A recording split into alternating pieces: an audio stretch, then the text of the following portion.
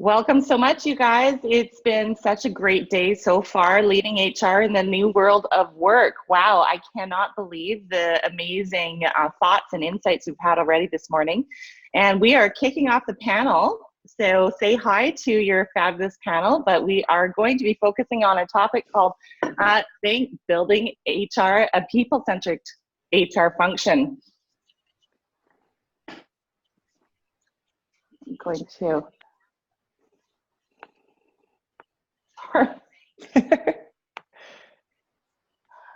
I had to shut down my screen, guys. Sorry. What we can expect from the panel today, we had two related topics. One is we're thinking about human first in HR across the organizational functions, and also human in design thinking. So how do we do this?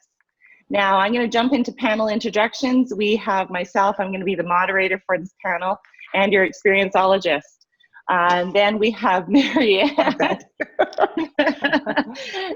Rene, and Damon. And we're going to do a quick little introduction of each of ourselves, but you can get to know us each on LinkedIn. And I am the founder and CXIO of Living Brand Results. I think really, really deeply about how people can go home with energy. And that's a deep statement, I know, but I believe that only when organizations see humans first can we have experiential results. I started this journey with a shocking realization. I had walked in the door one night and my twin toddlers looked at my face and they said, "Mama, no happy." And I was shocked. It just stabbed me in the heart because I had dedicated my entire career into making organizations happy. I had bled myself so dry that it was showing on my face. And I said immediately, we have to change this. And I literally quit the next day. So that started my journey, but not just about me. I wanted to introduce Marianne, our Agile professor. Take it away, Marianne. Thanks, Kalina, and I'm thrilled to be here today. This has been an amazing event so far, and I think what you'll find in our discussion today is a lot of threads we'll pull from things you may have heard in earlier panels that are very relevant for this discussion.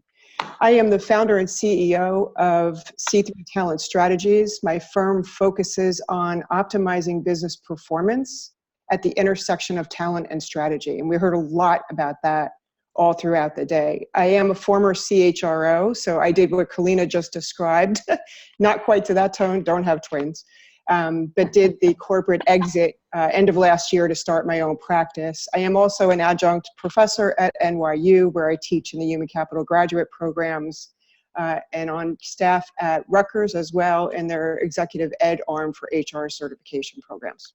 And delighted to be here. Great, and we'll jump over to Rene, our expert on government and love. Like, I love that.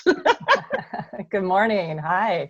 So yeah, I am the founder of a human workplace at makeworkmorehuman.com and a humanworkplace.com, and I direct workplace transformation for the Governor's Results Washington office here in the state of Washington. My background is in organization development and have a deep experience with implementing lean culture in government here in the state of Washington. And out of that came a whole journey trying to understand what it took really to create the kind of culture that could embrace lean and be kind of a continuing improving culture day in and day out. And that led to this epiphany with my director, Chris Liu, about it being a leader's job to eliminate fear, and that when we eliminate fear, the opposite of that takes its place is love. And I said that out loud in some really public places and had a kind of a surprisingly positive response that led me to do some primary research. So I've conducted research on fear and love in the workplace, and I write and speak and teach about that privately and then as part of my work at Results Washington. So I'm really excited to be here today for this conversation. Now, thank you so much. And we have Damon, our representing male, thank you, Damon, but also our master of transformation. You have an incredible story, so I'll let you take it away. Sure. So happy to be here. Thanks, everyone. And so I am the as Kalina mentioned, sort of I have a global scope and a major sort of transformation underway with IBM. So I'm the director of employee experience there. And the story that I'm happy to share with you all is here's what this looks like at enterprise scale, or here's the things to think about in that context. But even more importantly, I'm the story of what happens when a design exec invades HR. So I'm happy to be a part of this sort of HR transformation about how to have corporate HR really truly be human-centered, using both design and design thinking, sort of methods and mindsets in order to kind of approach how HR serves employees in a fresh, new, innovative way. Fantastic. I can't wait to dig in. I know each of you guys have special nuggets for us as well, but I wanted to kick this conversation off with what I call as a foundational statement, and it's from the World Economic Forum founder and executive chairman, Klaus Schwab, and he had said, "The age of the fourth industrial revolution brings about unprecedented opportunities as well as new challenges. To take full advantage of these new technologies, we need to place emphasis on what makes us human. The capacity to learn new skills as well as our creativity, empathy, and ingenuity. By developing our unique traits and talents, humanity can cope with exceedingly fast technological change and ensure broad-based progress for all." Now, I found that super fascinating because one of the things that I encountered a lot as I dealt with a lot of global HR teams is they were more thinking very operational and siloed instead of what their title actually said was human. And so this was one of my favorite topics, is saying, how can we bring the humanity back into things? And yet these massive leading research foundations out there are saying, hello, why can't we bring humanity back? And so I'm going to throw it to the panel, and we are going to kind of maybe upset some people with our discussion, but thinking human first in HR and across the organization. How do we do this? What has been the roadblocks and some practical takeaways? So who wants to kick it off? Let's go with it. I'm going to put you on the spot since you were the last to go. You're going to go first, Damon. What is a good starting spot? I love to be provocative, so yeah, let's jump right in. I think, especially coming from my point of view with IBM and, being heavy in technology and AI, I think, there are plenty of things we could talk about here around the ethics and the application of a lot of this stuff. But, when it comes to sort of my point of view, I think that as long as we keep in mind that, technology and systems should always work in service of people, that keeps us pointed in the right direction. And there's lots of ways that we could talk about, how we do that. But I think that's a great place to start. Yeah. Mm-hmm. So Rene, how government and love? Yeah, so one of the things I love about this panel is we sort of come at different scales and at different angles and perspectives, and so like all complementary and I think all relevant. The thing that strikes me most with the folks that I work with across government and in the private sector is that that HR's tendency is to hear about a new trend and to try to figure out how to create a program that's going to meet that need. And we want to automatically make a program, make a list, make a tool. And my challenge to HR is to really, that HR has to embody being human-centered in their own work for themselves, on their own teams. HR practitioners, leaders need to experience for themselves what it means to be human-centered in order to deliver then in an informed way and to create all the programs and tools and everything else that is needed to scale on this topic. So, or in this way of working. But it really starts with a personal journey. Mm-hmm. Thanks. And I'll add my point of view. I teach on the future of work, the future workforce, and the future of HR at NYU specifically. I've been working with Anna, if you heard her this morning. She's a delightful, her own innovator and pioneer, and been helping us really ratchet up the HR curriculum at NYU and doing great things around that. But there are a couple of things that I find fascinating and I think are very relevant to this discussion. My view on how we do this is to purposefully and intentionally design our organizations at 3 intersections. So think of that classic Venn diagram. One circle is org design. One circle is architectural design. I'll talk about that in a minute. And the third circle is user experience.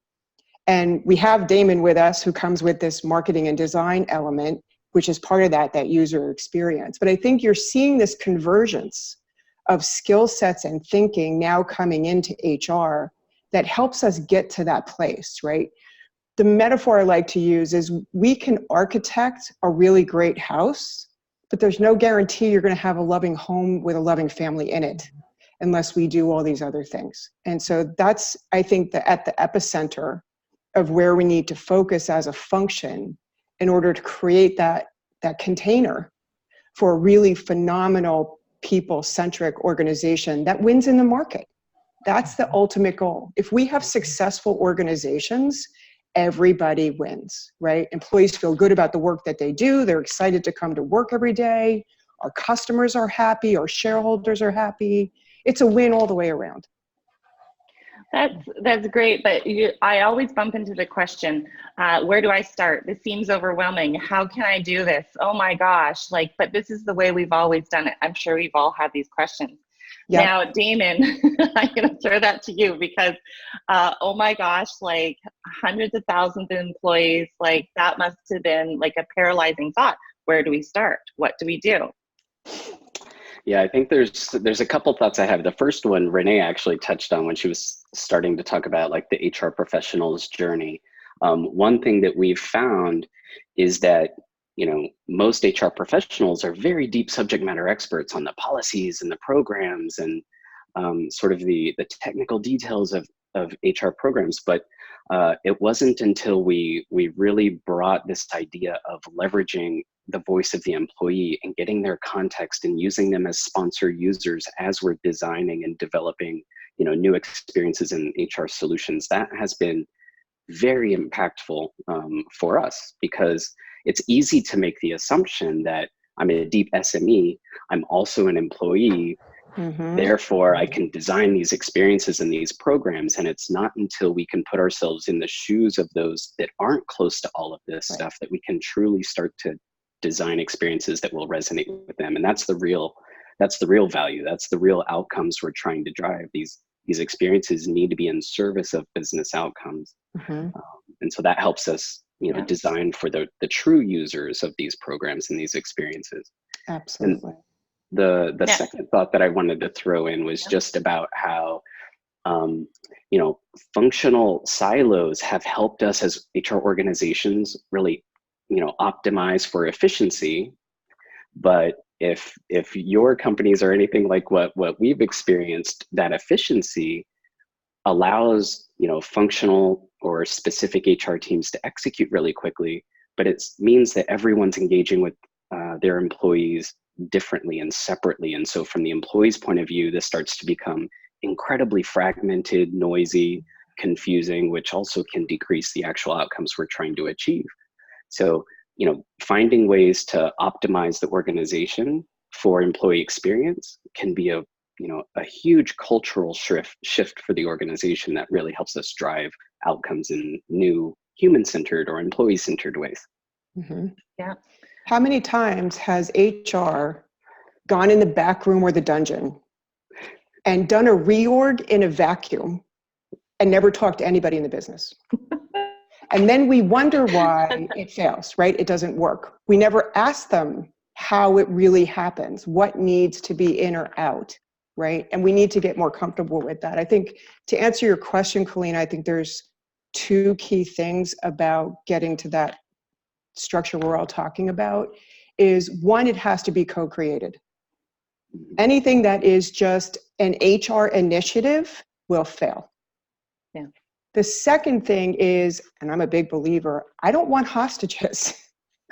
We have to create an environment where we need to partner with all functions within the organization in order to get to the end game. And that means learning how to collaborate and operate in a way, as Damon said, in service of the employee, in service of the business. And there's 3 key skills I think our HR professionals need to have in order to do that. One is coaching. We need to learn how to coach our business leaders and our people. We need to learn how to have good internal consulting skills. So we're not telling them what to do. We're helping them discover what the right answer is. And the third is we need to have excellent skills in what I call change leadership, not change management. Change management is the project plan, the communication plan, the training plan, all necessary, but not sufficient, because if we don't have the right leadership behaviors to help shift the mindsets, then we get into that failure position. Now, speaking of mindsets, Rene, you said something that really impacted my thought process for this panel. And it was around creating, one of the people, you're going to tell it way better than I did, but about safety and love. Tell that story. That was like amazing, because if you can't create a safe place, then I'm going to let you take that one away. Yeah, I hope I'm remembering the right story.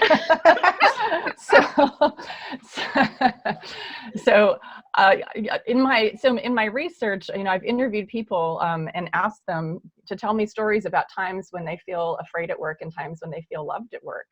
And what's become really clear from all of the stories, and I'm honestly not remembering the one that you that you cited, or that I told you that you're trying to get me to remember, but right here on live stream.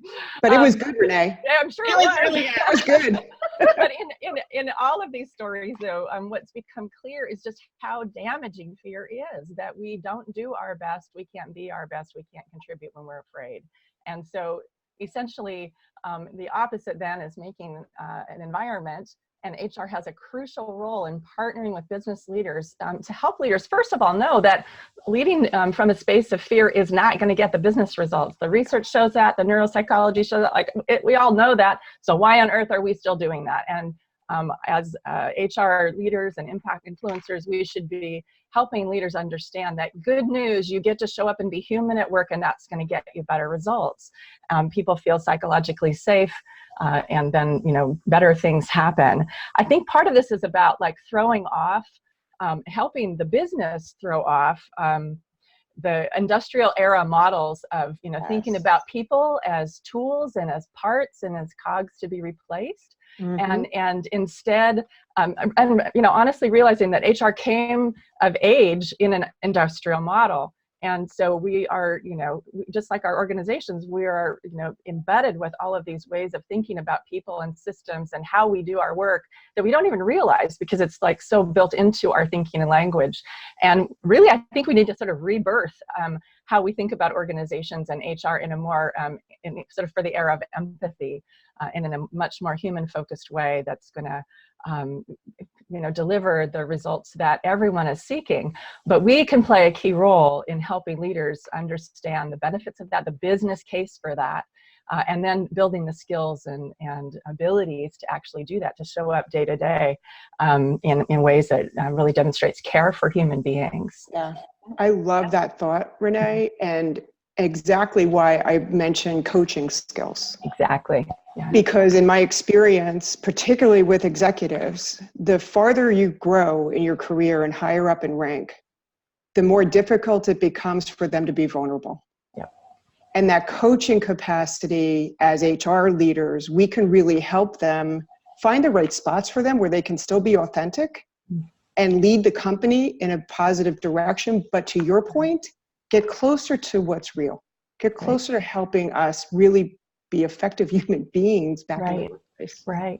I touched on a couple of things, or noticed a couple of things in the conversations earlier today. One was this phrase, moments that matter. And then also this idea of, 80% of the data really being qualitative. And I think we've got such a huge opportunity there to help people realize that the moments that matter are, yes, hiring and promoting and, all these sort of formal moments, but really the moments that matter to employees, what they tell me when I interview them, are when my leader cared about me as a person, and day-to-day interactions with my team that felt like a caring family. And yes. That, when I was in a personal crisis, I wasn't told to leave home and work at work, but I was cared for in the workplace. Yeah. I was supported. And that was your story, Rene. Integrated. That was your story. We were talking about. There it was.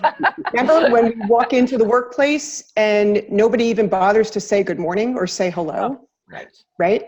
Right. That's exactly it. You know, in diversity training, some of the most powerful programs I've ever participated in are the ones that talk about those micro inequities. It's these really tiny little behavior things that build up over time that create that disconnected feeling. Right. Yeah. Now, Damon, we had some very practical. We wanted to surprise the audience with some practical takeaways midstream. So, Damon, you had a doozy of one, and so I'm going to jump all over you on wanting you to tell about that. Sure. So your practical takeaway. Yeah, my practical takeaway, and this has served us really well. So obviously this will be bespoke and custom to whatever the culture to your organization is. But one of the things that we did early in our mission to help, I talked about the fragmentation of, a lot of HR functions, especially those that are organized functionally. One of the first things that we did that has been a tremendous help was to create an employee experience playbook. And, just like Marianne was referring to, we did this in a very co-creative way. So from across the function, from across the globe, we all came together to say, what is the HR that we want to all collectively put forth, and how can we align on lots of different things when it comes to our principles and the way we're using different channels to engage or communicate with employees. So we took a look and we crafted, a visual design guide, a content guide that really got into the nuts and bolts of voice and tone and style, and how do we be more inclusive and more accessible, and how do we use data and AI ethically? Like, these are all things that we co-created a shared point of view and published it. And we're constantly iterating on it. And this has been tremendous to help to get all of us communicating in similar ways and engaging with employees as we create these programs and these experiences so that it feels much more cohesive and consistent. And it's not prescriptive, so it doesn't make everything identical, but it makes it all feel cohesive and feel like it's all coming from one HR as opposed to, 30 different HR teams. So that's been tremendously helpful for us. You said shared point of views, right? So, and then Rene, you had another amazing one. And you're looking for takeaways? Is that right? Let's see if Rene remembers. No. One of the things I'd like to offer, and there's a couple things, but for this point, we have a story portal available right now where I'm working with Marcel Schwantes, who writes for Inc.com, and we've partnered up on a story portal to collect stories about times when people have felt afraid at work and loved at work. And that might sound like only, coming this direction, but really the benefit of and the opportunity is that it helps people to tell their stories, particularly if they've been painful, if they've been, and if, the ones that we're excited about and happy about too. But the sharing of stories is cathartic and clarifying. And so we just opening that up. It's on my website. The portal is there, and those stories can be shared. And I would suggest that can be used as a tool. Partner up with a colleague in your organization, someone who's trusted, and go in and you can each share your stories and then have a debrief afterwards about what you kind of learned about the reflective exercise of reflecting on your own experiences of fear at work and loved at work. That deep connection to our own story helps us create empathy for other people's experiences and stories. And Marianne, you had a doozy as well. Yeah, it's a pretty powerful tool. And actually, Damon and I had a good conversation about this because it's based on some of the research that IBM did around the Employee Experience Index. It's a great research report. There's a white paper out. I'd be happy to share. I'll probably post it on my page after this so we can share the resource. But based on that, what I've used in my classes, in my business, when I go out on speaking events, is an employee experience alignment tool that I've created. So it's a short way to do journey mapping for your employees. And what I have people do first is identify all the touch points with their employees. And they'll pick, 5 as a handful. And then they map those touch points against the 5 tenets of the employee experience. Things like purpose, belonging, vigor. And so it allows them to do a self-assessment and get a sense about, when I touch my employees with this in this way, how am I doing against these tenets? And it's very eye-opening for people. So it's a very introspective, reflective look. And I've had folks who come out of the program go back to their organizations, certainly modify it so it has to fit for their culture and what works in their organizations. But it's a very effective way to get that insight to how you're touching your employees and what is that like. Yeah, that's fantastic. Now, my practical takeaway was the deep curiosity and empathy. And a lot of people often say to me is like, well, I don't understand what you're talking about. Well, aren't you curious? Don't you want to learn more? So I made myself a continuous learner. And whenever something came up, whether it was blockchain or, any topic that came up in a conversation that I didn't know about, I went and learned about it. And so Blinkist became my friend. All aspects of, who's talking about happiness? Why are economists talking about happiness? So I started doing deep learning, deep curiosity, but from an empathetic approach. How can we apply this? How can we apply this to our daily work? And then you end up having pretty much a integrated design thinking approach to life, which leads us to our next kind of theme of discussion. But it's more around what are the differences? We see design thinking, agile, lean, continuous improvement. Like you can have this massive lift. The smorgasbord. But I know, and it's just like a head scratcher. So then I loved how we had talked about it. And I'm going to actually pick on Damon again, because the way you had phrased it was perfect. So I'm going to throw it to you. But human and design thinking and agile.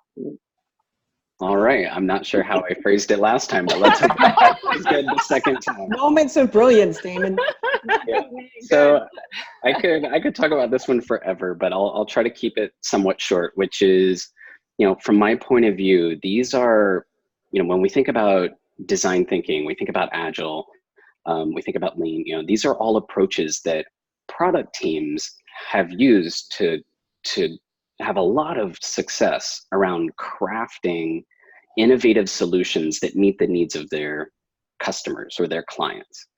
And so when we think about these practices and these tools, what we've done is to help bring these tools into the HR context so that we can start to be just as human-centered and user-centered in designing and delivering these innovative solutions to our employees just as intentionally as our product teams are doing this for our clients and for our customers.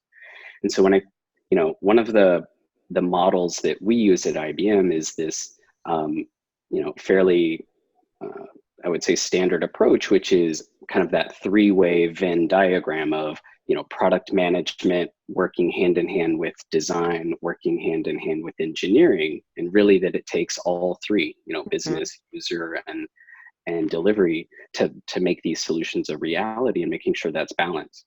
Well, we take that same model and these same tools that we have with EDT or design thinking and agile, and we can apply it directly in the HR context. And really the only tweak we've had to make is, instead of, product management, design, and delivery, it's product management and how we're managing our HR products and offerings, design, which is, keeping the employee front and center, and then just changing this idea of engineering to delivery.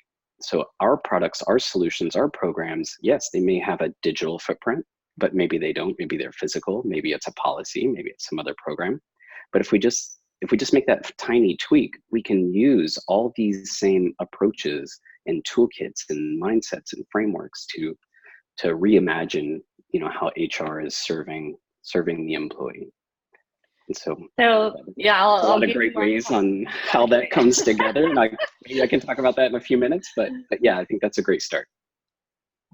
Yes, and you had said design thinking is more the framework and agile is the daily behaviors. That was one of the ones Yeah, that and we have a fun way to talk about that, which I think it helps it sticks. It's design thinking helps us do the right work, Mhm. and then agile helps us do the work right. Right. So Yep. they both have a lot of the There you same go. principles. Yeah, they both have a lot of the same principles, That's a great one. and they align really well. But yeah, design thinking is like, are we solving the right problem? You know, what's the business need we're trying to achieve? Who are the users involved? And then, you know, as we switch into prototyping and delivery, you know, agile helps us do that iteratively while still continuing to get user feedback and pivot and make adjustments. So they go together really, really well. Absolutely. I like to say they're like peanut butter and chocolate, like they're better together. yeah. Pass one over. And we have an agile professor here. How talented is that?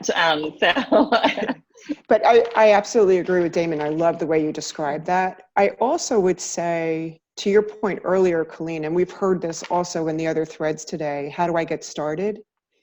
You don't have to overcomplicate this, right? So, you know, I've worked with a lot of executives over the years, and we pull those things together. And one example, we built a strategic workforce planning process from the ground up. And it was a combination of the things just like Damon described. We had the iterative process. We fell in love with the problem we were trying to solve, not our solution. And our solution took many iterations to get to the best outcome.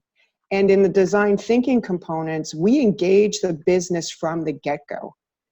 You know, I selected a business leader who I knew would be a great partner to help us get through that whole process end to end. When it's new to an organization, you have a greater risk of resistance and trying to introduce new ways of thinking about solving your problems. And so you can do them together, but you can infuse small portions and steps of each of those without doing this radical overhaul. I think a lot of times HR practitioners get scared off because it's overwhelming, it's too much. I don't know where to start, but I would encourage you to learn about it. And I think Damon's going to share with us a free resource for design thinking, which is phenomenal. But learn what the processes are. Yeah, put you on the spot, Damon, sorry. Well, it was such a great resource, and it's fabulous for us to understand that. You know, Dave Ulrich in his session earlier this morning closed out by saying, get uncomfortable, learn what you need to know, right? Address it, be bold, take the risk, and learn how to operate in that way, and not be afraid of it. And these communities, so here's a plug for our 4 o'clock panel, our HR communities, right, are all about that. Look at what we're doing today. We're learning from each other. We're crowdsourcing ideas. Our chat is blowing up with resources. If all the people on this panel are watching this panel are sharing with each other, that's the way we do it. So Rene, how is this applied in your work? You've seen a lot of transformation processes, continuous learning processes, but love and government, oh my goodness, that is definitely big in our area. I'm just like, I don't know if I've heard that. So how have you applied this? Well, you know, it's interesting because I think, as I said at the beginning, the origin of my work had its roots in Lean, and the connection there. We, you know, were sent by our governor on this Lean journey to help transform state government to deliver better value to our Washingtonians. And the process of doing that really had us have to dig into what is this Lean continuous improvement, and in other, you know, in some quadrants it was using Agile methodologies and so on. And, you know, when an organization tells you, hey, guess what, we're doing Lean, and, you know, go forth and use these tools, it's really kind of starting in the wrong space, or and, you know, the focus on tools and methods sort of misses the heart of the matter, if you will, and this is the connection to love, really. I have come to define Lean as a human-centered philosophy of work that creates a culture that's collaborative and curious and caring, and that uses certain methods and tools, and that where we can also create certain methods and tools, because there's no religion, they're not, you know, sacred. We can create, you know, what we need to face the challenge that we have within those principles and values, and then that delivers results, in our case for Washingtonians, and we like to say makes public service deeply gratifying. And so too often, when we think about these kinds of improvement methodologies, we start with the tools and the results, right? And we skip over the fact that we need to hold this in a certain context and mindset and approach, and create a culture that creates the environment where those things can happen and flourish, and when it's not just seen as, we're being sort of mandated to do some stuff and we have no idea why we should do those things. But if we can connect that to our fundamental deep regard for people, then it becomes completely relevant and tied into the HR function, and the opportunity that we have to improve our own work, yes, and to help other functions and create culture so that they can improve their work too. That's the no hostages mentality. Exactly. Yes, exactly. So I'm seeing lots of great ideas. There's some podcasts being shared on our chat. Thanks so much. Cool. I think it was Stephen who did that one. So thank you. But anybody have any questions for our panel, please let us know. We are having some time for us to keep track of that. But Damon, you guys have been through a dramatic kind of shift in how HR functions in your transformation process. You've alluded to it, but you had a change in careers almost in how you were snatched up from design teams and brought over to HR. Why don't you tell us a little bit about that, as well as how IBM's really transforming their organizations to a design thinking approach? Sure. So it's a big story, but I'll keep it very short, which is a little over 6 years ago or so, our CEO wanted to bring design back in a big way to IBM and sort of set this mandate that we were going to invest and we were going to create the largest sort of design capability that had ever been created. So over the course of 5 to 6 years, we completely reimagined the employee experience for this new design population that we wanted to bring to IBM. So we rethought how we showed up on campus. We thought about how we recruit, how we onboard, how we train, how we do leadership development, how we appoint design leaders and design executives at IBM. So we really thought about the whole sort of employee life cycle through the lens of a designer, and what would they need in order for IBM to get the top design talent from the top schools and have them have a very meaningful career at IBM. And so based on that body of work, we departed quite a bit from a lot of the corporate offerings that were available at the time so that we could really hone in on the needs of this user population. And long story short, a lot that got the attention of a lot of people, but very important people. A couple of years ago, we were asked, like, wow, this was a very interesting approach. Would you be interested in coming and bringing this to corporate HR so that we could start to use these techniques in this approach to reimagine the experience we're providing to all IBMers globally, not just the design population. So that's sort of the seed that grew into now our dedicated employee experience practice for IBM. That is fabulous. That's amazing. And here's my dirty little secret. I'm a recovering computer programmer.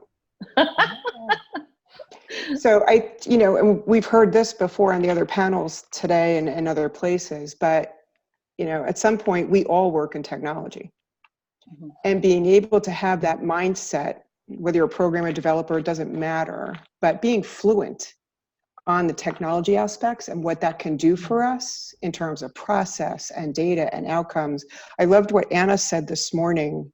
NYU just launched the first master's program called HCAT, Human Capabilitics and Analytics and Technology. And so it's all focused on people analytics. And she's talked about having one of the leads people from Google, Brian, I forget his last name, come in during the intensive kickoff of this program and talk about exactly what Damon's describing. They have now started to recruit social anthropologists to work in their analytics department for all the same reasons Damon was just describing, right? So we need to be able to challenge ourselves and get out of these old mental models about how we used to work and the way we need to work in the future, and that's now. Yeah, and I love what you described there, which is that multidisciplinary approach, which it's one of the core tenets of design thinking, but it's also a part of like how we blend now our HR subject matter expertise with now all the new technologies and, you know, these new delivery frameworks, you know, having a much more multidisciplinary approach within HR and how we're crafting these experiences for employees, I think is very, very important. And we're seeing that in the schools now too, these very cross disciplinary or, you know, multidisciplinary programs or, you know, sort of special events or, you know, that sort of thing. And if I may, Kalina, can I go back to that example I wanted to offer before in my introduction? So to your point, right, we've all been talking about these intersections. And my point of view on creating the people-centric organization came at the intersection of org design, architectural design, that user experience. So I presented at a conference for Corporate Global Real Estate Association earlier in June. And I was talking about the future workforce. And so I went to the room where I was scheduled to be in. And the presentation before me was on the new national landing development, right? Remember, Amazon decided to go with the DC location. And this was the real estate firm that landed the deal. So we got to hear what that process was like and what they ended up on, but he described the whole plan for what's now being called National Landing, which is all centered on the employee experience, how to keep people engaged in work, productive at work, and make their life easy to get to work. So much so, they're building a footbridge from this complex to Reagan International Airport. So everything they need is self-contained within these blocks of development of real estate. They'll be able to live there in luxury apartments. Their retail is there, food shopping, stores, whatever they need is at their fingertips. Mass transportation is right there, easy access to in and out to airports. And that's where this is all really starting to come together. Yeah. It's an exponential effect. I look at a lot of things in the employee experiences. Number one is the culture, of course, has an exponential impact, but the technical and the physical experience as well. So Rene, you've been really quiet there, so I'm going to actually go to you for our last practical takeaway. I know that Enrica's going to be going like this to me, so we have some last practical takeaways, and then we will close out. Sadly, I said to Enrique, I said we could have this discussion all day, but okay, Rene, your practical takeaway. Yeah, I can offer a link to a white paper that I wrote with Robert Martichenko, who is the CEO of Lean Core, on making work meaningful. It's a paper that we wrote for the Shingo Institute, and it's just loaded with good practical advice, as well as sort of culture, mindset work, and perspective on what it's going to take to make work meaningful and how important it is to make work meaningful in the future of work, and which is now, as we're all saying. That's fantastic. And then I'm going to end with you, Damon, because yours is really cool. But Marianne, I'll pass it over to you. What's your practical takeaway for us? I think the most practical thing we can do is really just to start getting involved. There's a lot to take in. Pick your spot. Find out where you can make an impact. You know, I always like to go for those early wins, something you can figure out. It's a little bit of a stretch, but not a panic. And then do something about it. The most important thing, I think, as an outcome of any of these conversations is we find something that's actionable, right? Rene offered great advice on how to break down those walls of fear. And Damon had great insights on how we can really design an incredible user experience and employee experience.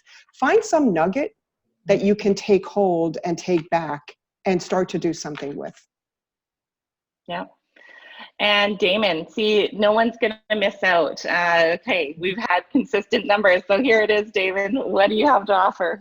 No problem. All right. So with 1 minute to go, if I would say, you know, we've talked about design thinking and how transformational design thinking can be for an HR organization to really put the employee first.